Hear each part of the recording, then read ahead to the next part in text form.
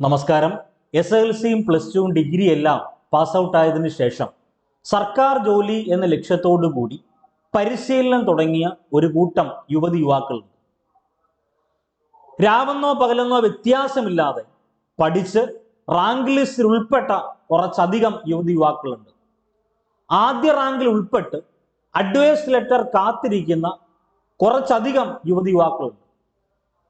അവരുടെ എല്ലാം വളരെ അവരുടെയൊക്കെ പ്രതീക്ഷ ഇല്ലാതാക്കുന്ന ഒരു വാർത്തയാണ് കഴിഞ്ഞ കുറേ ദിവസങ്ങളായി സമൂഹ മാധ്യമങ്ങൾ വഴിയും വാർത്താ മാധ്യമങ്ങൾ വഴിയും പത്രമാധ്യമങ്ങൾ വഴിയുമൊക്കെ കാണുന്നത്. ജീവനക്കാരുടെ വിരമിക്കൽ പ്രായം ഉയർത്തുന്നു. ഇപ്പൊ ജീവനക്കാരുടെ വിരമിക്കൽ പ്രായം ഉയർത്തുന്നു എന്ന് പറയുമ്പോൾ ഇതിനെ ന്യായീകരിക്കാൻ വരുന്ന കുറച്ച് ആളുകളുണ്ട്, ഒരു കൂട്ടം ആളുകളുണ്ട്. അവർ പറയുന്നത് ജീവനക്കാരുടെ എഫിഷ്യൻസി കൂട്ടാനാണല്ലോ. അതിന്റെ മറുഭാഗം അവർ ചിന്തിക്കുന്നില്ല. മറുഭാഗം എന്ന് പറഞ്ഞാൽ കേരളത്തിലെ 30 ലക്ഷത്തിലധികമുള്ള യുവാക്കളുടെ പ്രതീക്ഷയാണ് ഇല്ലാതാകുന്നത്. അതിലൊന്ന്, ഈ പറയുന്ന എല്ലാ വകുപ്പുകളിലും, സർക്കാരിന്റെ ഓരോ വകുപ്പുകളിലും നിയമനം നടന്നെങ്കിൽ മാത്രമാണ് ഈ പറയുന്ന റാങ്ക് ലിസ്റ്റിൽ ഉൾപ്പെട്ട പഠിച്ച റാങ്ക് ലിസ്റ്റിൽ ഉൾപ്പെട്ട യുവതി യുവാക്കൾക്ക് സാധ്യതയുള്ളത്. അപ്പൊ ഒന്നാമത്തെ വസ്തുത, ഈ വിരമിക്കൽ പ്രായം ഉയർത്തിയാൽ വരാൻ പോകുന്ന ഒന്നാമത്തെ പ്രശ്നം എന്ന് പറയുന്നത് വരും വർഷങ്ങളിൽ മറ്റു വകുപ്പുകളിലും സർക്കാർ വകുപ്പുകളിലും നിയമന നില കുറയും. അപ്പൊ അത് ആരെയാണ് സാരമായി ബാധിക്കുന്നത്? കേരളത്തിലെ യുവാക്കളെയാണ്. രണ്ടാമത്തത്, പ്രൊമോഷൻ ഇല്ലാതാകും. ഈ പറയുന്ന എത്ര വർഷത്തേക്കാണോ വിരമിക്കൽ പ്രായം ഉയർത്തുന്നത് അത്രയും വർഷത്തെ പ്രൊമോഷൻ കുറയുമല്ലേ.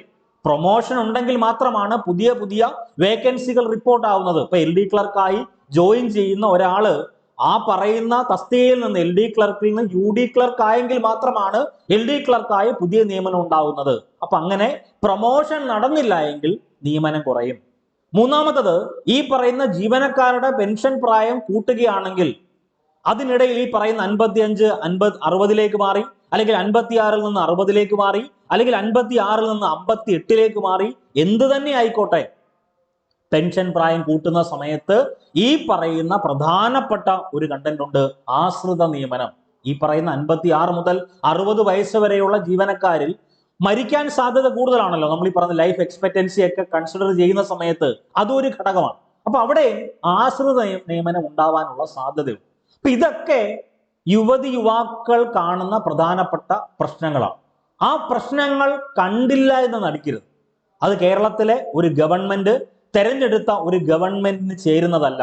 നമുക്ക് എല്ലാവർക്കും അറിയാം, 21 അംഗ മന്ത്രിസഭയിൽ ഒരു മന്ത്രിയാണ് OJ ജനീഷ്. അദ്ദേഹം പറഞ്ഞത് സാമ്പത്തിക ഞെരുക്കത്തിന്റെ പേരിലാണെങ്കിലും പെൻഷൻ പ്രായം ഉയർത്തരുതെന്ന. അപ്പൊ 21 അംഗ മന്ത്രിസഭയിൽ പോലും കേരളത്തിലെ യുവതി യുവാക്കളുടെ പ്രശ്നം ഉന്നയിക്കാൻ ഒന്നിലധികം ആളുകളുണ്ട്. കേരളത്തിലെ MLA-മാരുണ്ട്, കേരളത്തിലെ യുവജന സംഘടനകളുണ്ട്. അതിൽ ജാതിയെന്നോ മതമെന്നോ, ഇന്ന ജാതിയെന്നോ ഇന്ന മതമെന്നോ ഇന്ന രാഷ്ട്രീയ സംഘടനയൊന്നും ഇല്ല. കേരളത്തിലെ യുവാക്കൾക്ക് വേണ്ടിയാ, കേരളത്തിലെ യുവതി യുവാക്കൾക്ക് വേണ്ടിയാണ്. അപ്പൊ അതിൽ ഈ പറയുന്ന വാർത്താ മാധ്യമങ്ങളിലെല്ലാം വന്ന ഓരോരോ പ്രിയപ്പെട്ട ഉദ്യോഗാർത്ഥികൾ തന്നേക്കുന്ന ഓരോരോ കമന്റുകളും, അതിലൊന്ന്, വിരമിക്കൽ പ്രായം ഉയർത്തരുത്. അബിത പറഞ്ഞ ഒരു കമന്റാണ്. അമീന കമന്റ് ചെയ്തേക്കുന്നത്, ഇതായിരുന്നു പൂക്കി സാർ പറഞ്ഞ വിസ്മയം. അപ്പൊ വിസ്മയങ്ങളുടെ രാജാവാണല്ലോ. അപ്പൊ ഈ പറയുന്ന പെൻഷൻ പ്രായം ഉയർത്തി ഒരു വിസ്മയം കാണിക്കരുത് പ്രിയപ്പെട്ട മുഖ്യമന്ത്രി ഉൾപ്പെടെയുള്ള മന്ത്രിമാരെ. അടുത്തത്, മറ്റൊരു പ്രധാനപ്പെട്ട കമന്റ്, ഉയർത്തി നോക്കിയാൽ അറിയാം പിള്ളേരുടെ പവർ. കേരളം കണ്ടതിൽ വെച്ച് ഏറ്റവും വലിയ സമരം സാക്ഷ്യം വഹിക്കും തലസ്ഥാനം. അപ്പൊ കേരളത്തിലെ യുവതി യുവാക്കളെ ഓരോ ജില്ലാ കേന്ദ്രങ്ങളിലേക്കും കേരളത്തിന്റെ തലസ്ഥാനമായ തിരുവനന്തപുരത്തേക്കും സമരത്തിന് വേണ്ടി ദയവ് ചെയ്ത് തെരുവിലിറക്കരുത്. അതേ ഞാൻ പറയുന്നുള്ളൂ. ഞാൻ ഉൾപ്പെടെയുള്ള പ്രിയപ്പെട്ട അധ്യാപകർ ഉൾപ്പെടെയുള്ള എല്ലാവരും ഈ പറയുന്ന വിരമിക്കൽ പ്രായം ഉയർത്തുന്നതിനെതിരെയാണ്. അപ്പൊ ഞാൻ പറയുന്ന വേറെ ഒന്നുമില്ല. അവിടെ ഏറ്റവും പ്രധാനപ്പെട്ട ഒരു കാര്യം, ഈ പറഞ്ഞ പെൻഷൻ പ്രായം ഉയർത്തരുത്. ഇതൊരു റിക്വസ്റ്റ് ആണ്, ഓർഡറോ കമാൻഡോ ഒന്നുമല്ല. പ്രിയപ്പെട്ട ഉദ്യോഗാർത്ഥികൾ യുവജനങ്ങൾ, ഈ പറഞ്ഞ യുവജനങ്ങൾ സമരത്തിന് വേണ്ടി ഇറങ്ങും. അതിനുവേണ്ടി അവരെ ഇനി പഠിപ്പിക്കാൻ, അല്ലെങ്കിൽ ഇനിയും പഠിക്കണം, അവർ പഠിച്ച് പരീക്ഷ എഴുതി റാങ്ക് ലിസ്റ്റിൽ ഉൾപ്പെടണം.